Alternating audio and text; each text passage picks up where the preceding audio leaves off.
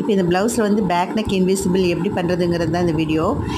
இது வந்து பட்டு ப்ளவுஸு, கோல்டு கலர் ப்ளவுஸு, இந்த மாதிரி ஜருகை இருக்கிற மாதிரி கிளாத்தில் வந்து நமக்கு இந்த மாதிரி இன்விசிபிள் பண்ணோம்னா நமக்கு உடம்புல வந்து குத்தாமல் இருக்கும். ஸோ ஈஸியான மெத்தடு, ரொம்ப நல்லாவும் இருக்கும், ஃபினிஷிங்கும் நல்லாயிருக்கும்.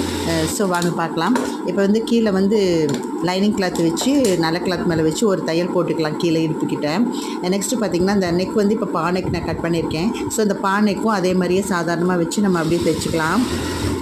இந்த மாதிரி தைச்சிக்கலாம். இந்த ஃபினிஷிங் வந்து நீட்டாகவும் இருக்குங்க. நீங்களும் ட்ரை பண்ணி பாருங்கள். ஓகேங்களா? அதாவது புதுசாக பார்க்குற பிஸ்னஸ் எல்லாம் பார்த்துக்குங்க. பாருங்கள், கீழே இடுப்புக்கிட்ட ஒரு தையல், நெக்குக்கிட்ட ஒரு தையல், 2 தையல் தான் போட்டிருக்கேன்.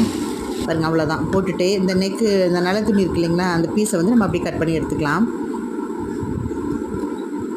இந்த மாதிரி கட் பண்ணி எடுத்துகிட்டு அட்காட் போட்டுக்கலாங்க.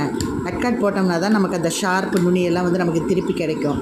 ஓகேங்களா? இப்போ இந்த ஷோல்டர்கிட்ட கேப் இருக்கு இல்லையா, இந்த வந்து ஷோல்டர் வந்து முதல்ல அடிக்கக்கூடாது. சரிங்களா? இப்போ இந்த ஷோல்டர்கிட்ட இருக்கிற கேப்பில் வந்து இப்படி கை வச்சு இப்போ ஃபுல்லாக இப்படி திருப்பணும்னு வைங்க. இந்த பாருங்கள், நீட்டாக வந்துருச்சு பாருங்கள். அது வந்து இன்விசிபிள் பண்ணியாச்சு.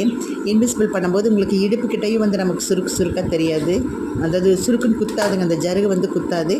நமக்கு நெக்கும் அப்படி தான் ஃபினிஷ் ஆயிரும். ஈஸியான வேலை, சிம்பிளாக இருக்குங்க இந்த மெத்தடு. நீங்களும் ட்ரை பண்ணி பார்த்துட்டு எனக்கு கமெண்ட் பண்ணுங்கள். மறக்காமல் சப்ஸ்கிரைப் பண்ணி வச்சுக்கோங்க. புதுசாக பார்க்குற பிஸ்னஸ் எல்லாம் சப்ஸ்கிரைப் பண்ணி வச்சுக்கோங்க. பாருங்கள், லைக் பண்ணுங்கள், ஷேர் பண்ணுங்கள், கமெண்ட் பண்ணுங்கள். தேங்க்யூ. பாருங்கள், ஃபினிஷிங் எப்படி நல்லா 2 டாட் வச்சுருக்கேன் பாருங்கள். இந்த மாதிரி நீங்களும் ட்ரை பண்ணி பண்ணால் ஈஸியாகவும் இருக்கும்.